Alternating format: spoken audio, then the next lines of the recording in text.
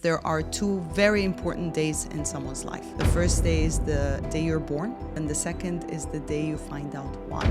Mariam, Farag. A powerhouse social entrepreneur, media specialist, humanitarian, an international keynote speaker dedicated to making a positive impact in the world. I went to Jordan, I went to Lebanon. These are mainly the refugee camps. People have a place to live. It's controlled. However, it's also sad because this is it. There's no future. So youth have no hope. Winter is super harsh. I am wearing a very heavy coat. I see kids on the street in Zaatari camp barefoot.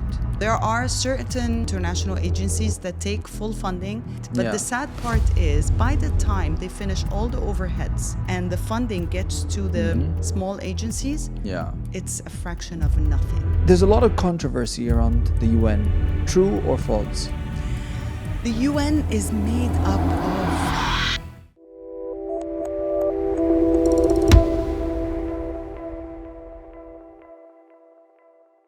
Mariam, Farag, welcome to Zeno Talks. Thank you for having me. It's an absolute honor to have you here with me today. We've known each other for such a long time. You yourself, you're a powerhouse. You're a serial entrepreneur. You're a motivational speaker. You are humanitarian. I probably would put that one first because I've known you and your brand yourself as a humanitarian from the get-go for such a long time. You've even shared some stories with people about the adventures and the things that you've seen and how it made you realize how lucky we are, especially like living in the UAE. So today, at Zeno Talks, as we always say, like we like to delve into the topics that people can share with us about how their life experiences help them learn and earn the sort of like learnings in what they're doing today. So please tell us a little bit about yourself and let's crash right in to all the amazing work that you're doing. Thank you so much, Omar. Yes, we've been friends for a long time, and I take our friendship dear and near to my heart because we share a lot of values and we align on so many things. So thank you for having me. Thank you for Zeno Talks for having me. In a nutshell, if I want to introduce myself, I am a daughter of a great warrior. I was raised by a single mom, so I take very much pride in that. I'm a mother of amazing two boys. Sammy is 16, Saif is 13. I am a global citizen. So I am, born and raised in Egypt, but I've lived, studied, and worked in more than 7 countries. So I really, truly believe that I embody, as an Arab woman, as a Muslim woman, a global citizenship approach to life, Living in Dubai for the past almost 18 years has taught me that, being among 200 plus nationalities is a privilege, and it's a pleasure because we learn so much from each other, and this is literally the city of being globalism. It is a globalist city, and there's so many things. So you tell us, where did you come from before you were in Dubai, and what led you to Dubai? Wow, that's an interesting and a very good question. Basically, I started, so how it started is that I joined the UN when I graduated from University of Westminster, and I did my master's in international humanitarian law. And all I wanted to do is just save the world, be part of the solution, not the problem. But in 2004, when I got married and moved to Paris, because this is where my husband was residing and working, I kind of had to leave that life behind. And although Paris, is a magical place and it's a romantic place, it didn't really resonate with me because I was at home, and being home is not what I do. I needed to work, I needed to move. So long story short, I had to find a solution for us. So I moved to Dubai. Okay. And I looked for a job. And I landed at that time in 2005, 3-4 jobs in a week. Dubai was booming at the time. And so in 2006, I accepted one of them with one of top leading PR agencies in Dubai. And the rest is history, Wow. you know? Okay, that's amazing, and it's crazy. You and I have a lot of things that are common, and one of them is I also did my master's in international affairs and security studies. So yes, I know we're very much aligned, and I think one of those things is that we don't resonate with just like one nationality or one brand or one country or one culture. It's multiple things, and what we love doing is putting people together and doing things together. And I think this makes a lot of sense why the PR agency hired you, because you joined an organization where you were able to communicate something much bigger than just that one topic that they hired you for. So? Absolutely. Look, being, trilingual, it helps a lot. You know, I'm fluent in Arabic. I'm fluent in English. I have a medium level of French. So I understand different languages, but also I have lived in Dallas. I did my 3 years of high school there. I did my master's in London. I traveled the world with the United Nations, working with refugees on ground. Yeah. So coming from these different backgrounds, it just kind of gives you an edge. You know, you come in and you actually can deal with so many different situations, and you can understand cross-cultural dialogue. Yeah. So you fit right in. And I feel that this is what the UAE embodies. You know, you have diversity, inclusion, you have different people working together. It's not your ideal office. If I had stayed back home in Egypt, in Cairo, which I adore, Dunya, right? Absolutely. But it's 90% Egyptians in the office. You will not be privileged enough to have this experience of being global. But exactly, this is why I joined the PR world at the time. And this is why I ended in the PR world, because I'm a people's person. Yes. I love to communicate. I love to be with people. I concur. So it just made sense for me. At the time in 2006, obviously I wanted to continue my humanitarian line of work. Yeah. But there was International Humanitarian City, and it was functioning at a very small scope at the time, if you remember, Omar. Yes. It was very based on volunteering and not so much as of it today. Today we have around maybe 200 plus NGOs registered with International Humanitarian City, and it's become the hub of the GCC and even the MENA region. Yeah. So at that time, I couldn't find any jobs within the humanitarian field. So I had to think quick.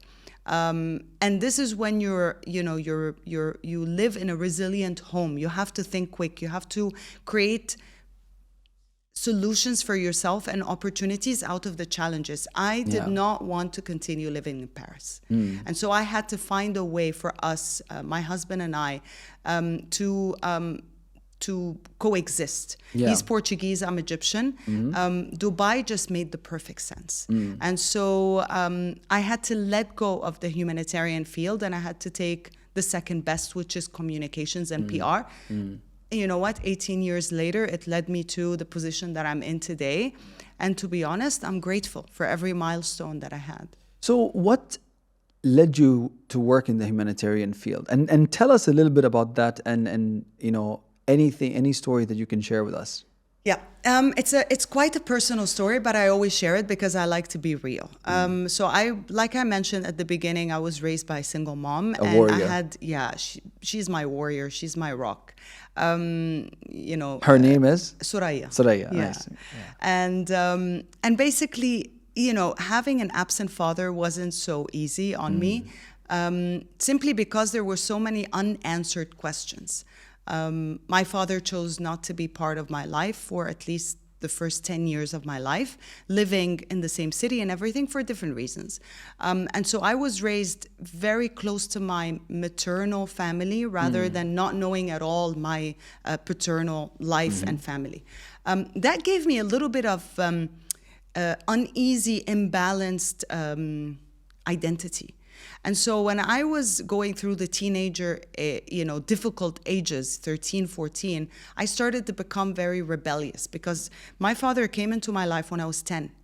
And so I was extremely, extremely happy for a small period of time. And then it kind of started, giving me imbalance because I didn't know him quite well. We didn't understand each other. I was never raised with him in the same house. It was kind of like a tug of war. So around the 13, 14 teenage time, I started to struggle a lot. And the victimization role took over my life. Like, why is this happening to me, and why me? And you can understand, or all the questions that goes through the head of a teenager. And so my mother felt like she needed to action something, and instead of just talking to me, she showed me. And this is how we do things, even with my kids. I like to show them or action the message that I'm trying to communicate to them.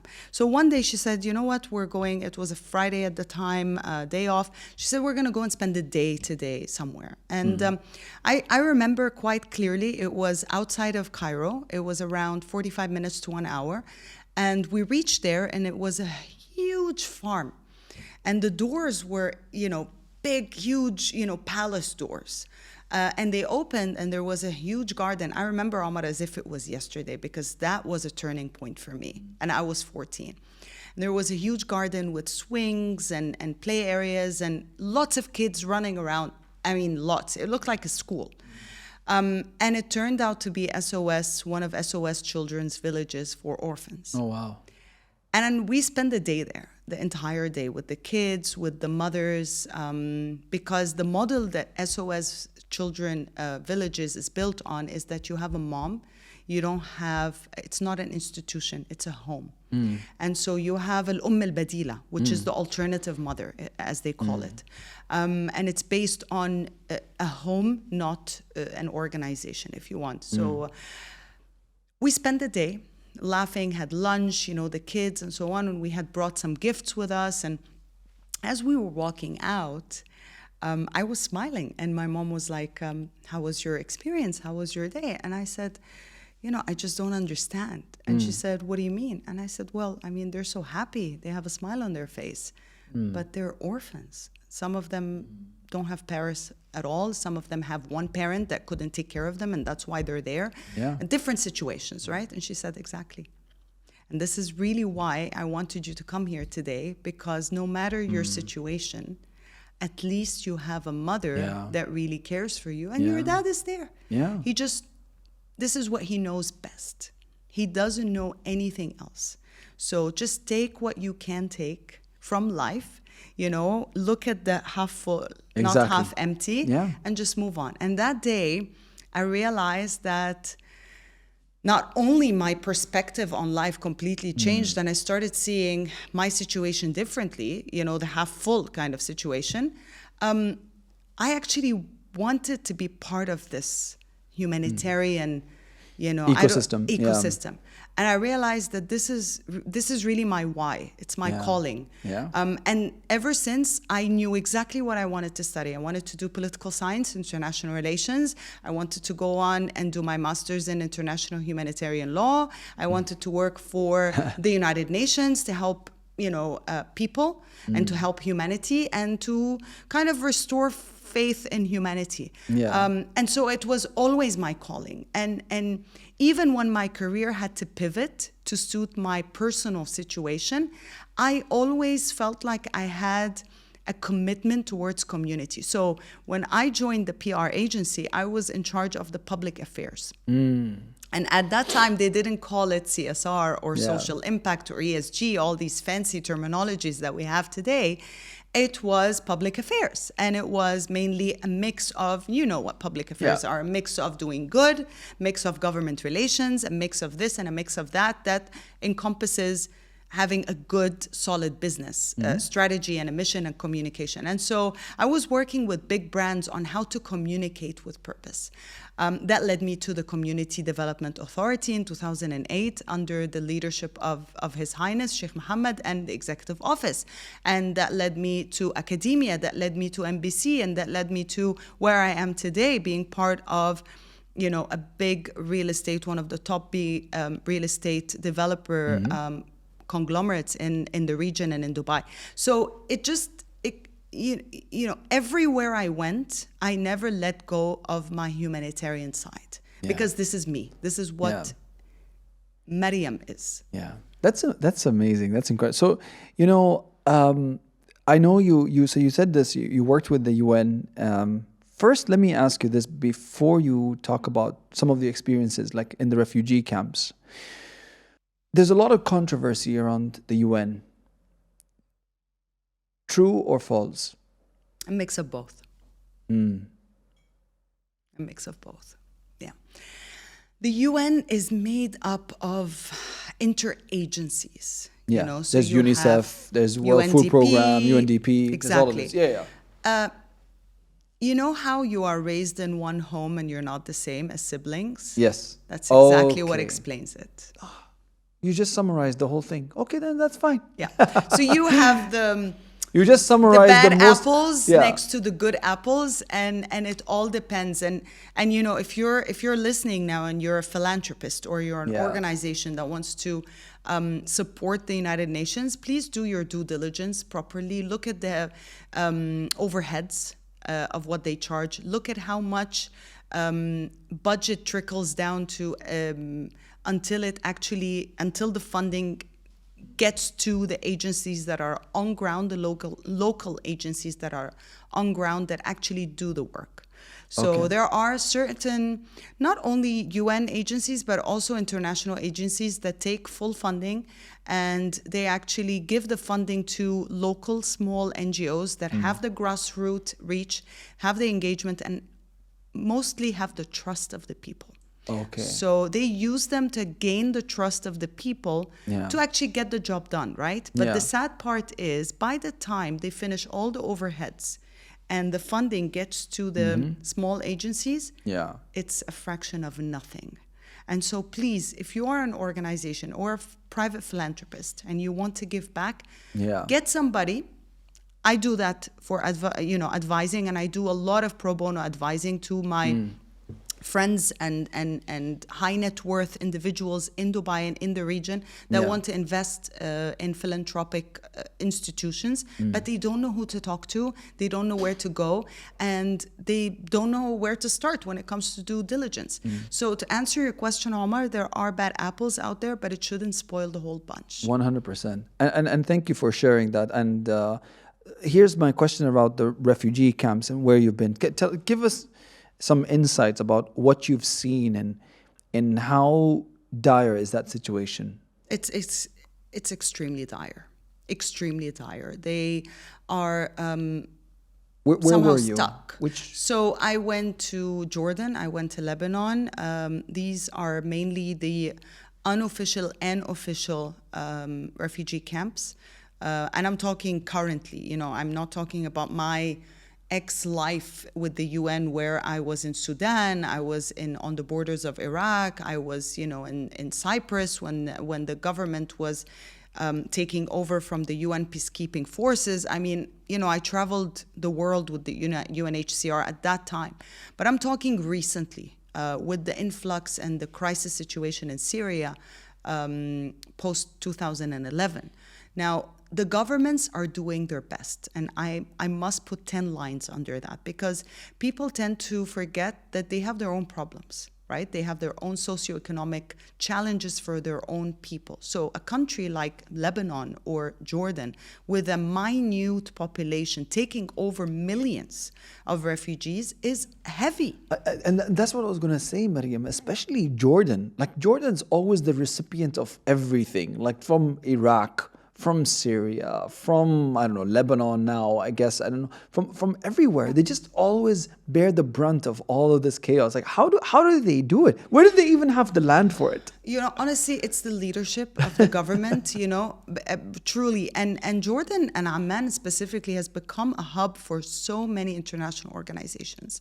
And they're doing great. Now, if you look at the refugee camp that they have built, Zatari, obviously with the help of, you know, some countries that funded the United Nations and other donors as well as the government, you know, that have managed all these years. Now, I've not only visited multiple times over the past 9-10 years Zaatari, I actually spent 48 hours there producing one of the episodes on a prime time show on NBC One in 2019. So I know exactly how dire, but I also know that they have done, like we say in Arabic, and I'm going to try to translate, من الفسيخ شربت. You know, they literally turned a horrid situation into a livable, a livable environment. And so people have a place to live. It's controlled. However, it's also sad because this is it. There's no future. So youth have no hope. Even if they're educated, even if, you know, they finish university, they have permits to go out and attend classes or whatever, or the schools that other organizations, international organizations, offer them in Zaatari camp. This is it, you know, because life is limited for reasons that I mentioned before, socioeconomic, lack of job opportunities, and so on and so forth. So they are literally stuck in a place like prison, but it's a prison where they have the shops, they have the schools, they have the health clinics, they have their caravans or their trailers that they live in, sometimes very thin paper tents, depending on the funding and depending on the supplies. Winter is super harsh. We spent 2 days in winter in February where it was rain, but also it was hailing. Oh, wow. I have literally videos of me standing in the hail reporting back and saying, oh my God, I am wearing a very heavy coat. I see kids on the street in Zaatari camp barefoot. This is a reality, by the way. This is not a sad, sobby. Not showbiz. You know, no, it's not an ad where you are trying to, have people's empathy so you can get funding. This is reality. And anyone is welcome to go and visit. I know that UNHCR, they try as much as they can to facilitate these visits, not only for the media but also for public figures, celebrities that can actually raise awareness on the actual situation. And it's not because there's no funding, and it's not because it's a lot to handle. You know, it's a lot to handle, and there's so many, and it's like it's not just the population that you can focus on. It's life, right? It's a city.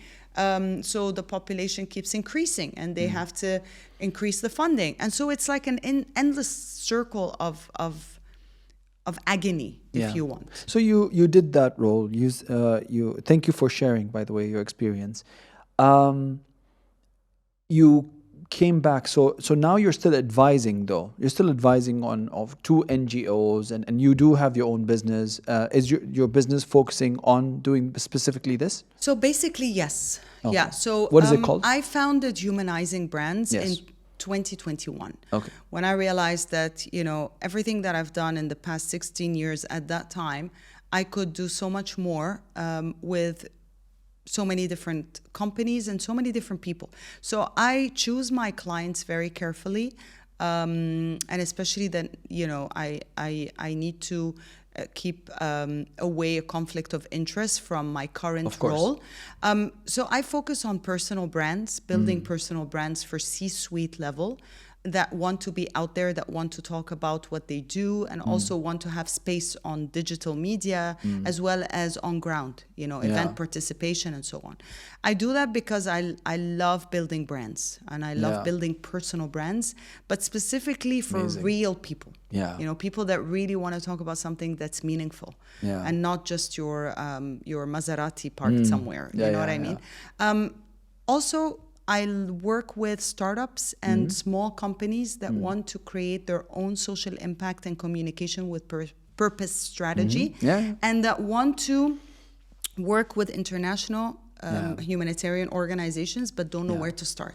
So creating their social impact strategy, activating it on ground, and making sure that they have the right partner that embodies their values and is aligned with their business goals, basically. That's really good. So you told us just before we went on air that you're also working on your own book. Yes. Tell us a bit Yes. about that. So I haven't really decided on the title yet, Just but fine. I just felt like I had so many experiences to share, working with different brands and working with different people.